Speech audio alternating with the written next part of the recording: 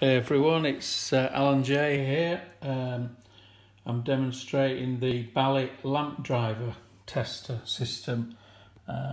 Here's the system here. This is the main controller, and you can see there's a connector that goes onto the jumper 4 of the Bally lamp card, and then we've got on each of the outputs J1, 2 and 3 we've got these LED boards, which are simply daisy chained with a single wire back to the controller. I'm just going to restart the controller and I'll take you through it. So I'll just press the reboot. Comes up with a version number, and the first thing it's going to do is asking me to press start. Got two little buttons down here, a start and forward button, or a stop and back button. It's asking me to press start for a lock-on test. So the first test that the board is going to do is see if any of the lamp driver board silicon controlled rectifiers, these SCRs, are blown and locked on. I'm actually testing here with a good board. So what I've done, this white crocodile clip, I'm just simulating something being locked on. So let's just press the start button. And it's now saying that we need to fix any flashing SCRs, or fix the SCR with a flashing LED. Now we can see we've got one flashing here. The video's not picking it up, but 50, and you can see the flash, but my camera's not good enough to pick it up, I don't think. But SCR 50 and 54 are the ones that are troublesome. I'm just going to get rid of that flash. I'll just take that off, and you can see down by the side of each of the LEDs we've got a Q number. So what did I say, 50 and 54 means that we go straight to Q50 and Q54 and replace those. So if you've got anything flashing on this first test, we need to fix those straight away. Okay, next thing that we're going to do, I'm going to press start for the next test, and it's going to run an automatic test where it runs through all of the SCRs. You can see it's going through these. It'll now start going down all of these fairly quickly. But the reason I've put in the auto test, once it gets to the end, you've got the choice of running it again by pressing start, or you can press stop to go on to the next test. So I'll just run it again, and you'll see, if you look at top right, J1, and then on to J2, all the way down, and then to J3.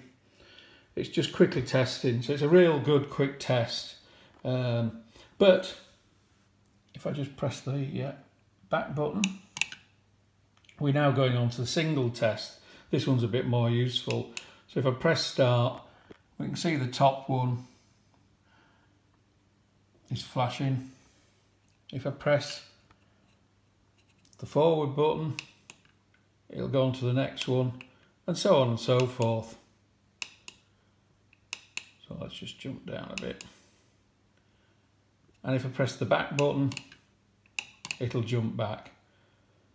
So this way I can, if I just hold the button down, you'll see it will go through each and every one. So I'm trying to get to the one that I need to get to.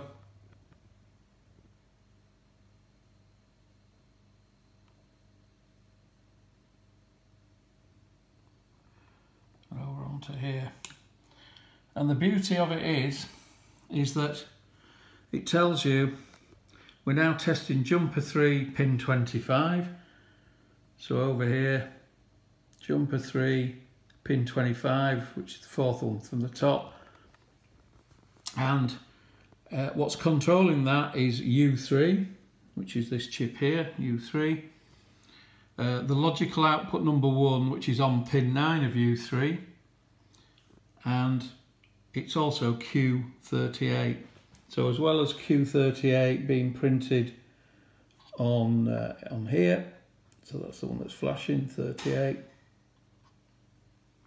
It also shows you on this. So if I go to the next one, we can see junction 24 is Q39, again controlled by U3, pin 19 or logical output 11. So there's everything you need to know to help you diagnose what the problem is. So the Q number relates to the SCR and the U number relates to one of these multiplexer ICs, U1 at the top, U2, U3 and U4. And what you find when you're repairing these boards is more often than not SCRs are either blown, open circuit, they don't work, or they're blown short circuit so that the lights flash straight away, or quite a common problem is these MC14514 chips blow, and the way you can find that out is you'll just look at these and notice a pattern. You may notice that half of U3 is blown or all of U1 is not working, and in that case it's generally the chip. What I normally do is if something's not working, I'll replace a couple of the SCRs, and if it still doesn't fix it, I know it's the U chip. On most of these boards, these are soldered in, so you're going to have to desolder them, put in a socket, put a new one in. But that's the tests, and I'll just get through to the end of this test. So I'll just count down. We're on jumper 3, it goes J1, J2, J3. So we go down to the last pin. As I say, I can go back again, as you can see. And then once I've finished, it goes right round to the beginning again, and I can start the lock-on test. And that's it, really handy device. You can either test in the machine, so you can put all of this in the machine, just unplug jumpers 1, 2, 3 and 4 while the board is in the machine, hook this lot up and connect it up to the power, and you can test in situ. Another thing you can do in situ is, if you imagine just these pieces here, if you connect those up and then this pink wire, you can see there's a spare connector there. If we take another wire there and wire it up like you would do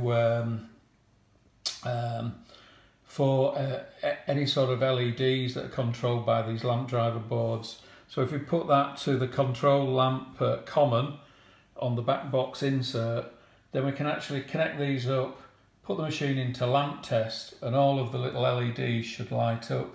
Any that don't light up would tell you a problem.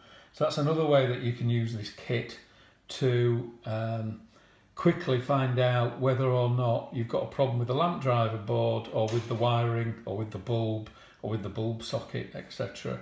Because that's always the problem with when trying to fix problems with these Bally solid state games. You've got so many things that could be wrong. It could be the board itself, it could be the header pins or the connectors that go onto the header pins, it could be the wiring, it could be the bulb, it could be the dodgy socket, myriad of different things. But at least with this tester you can rule out and fix very quickly any problems on the boards. The reason that I built this, I built it for myself.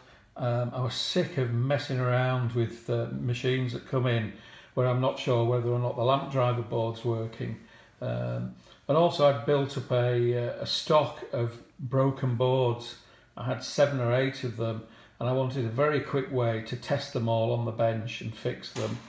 And it took me about half a day to test out and fix all of those boards, and many of them were pretty poorly.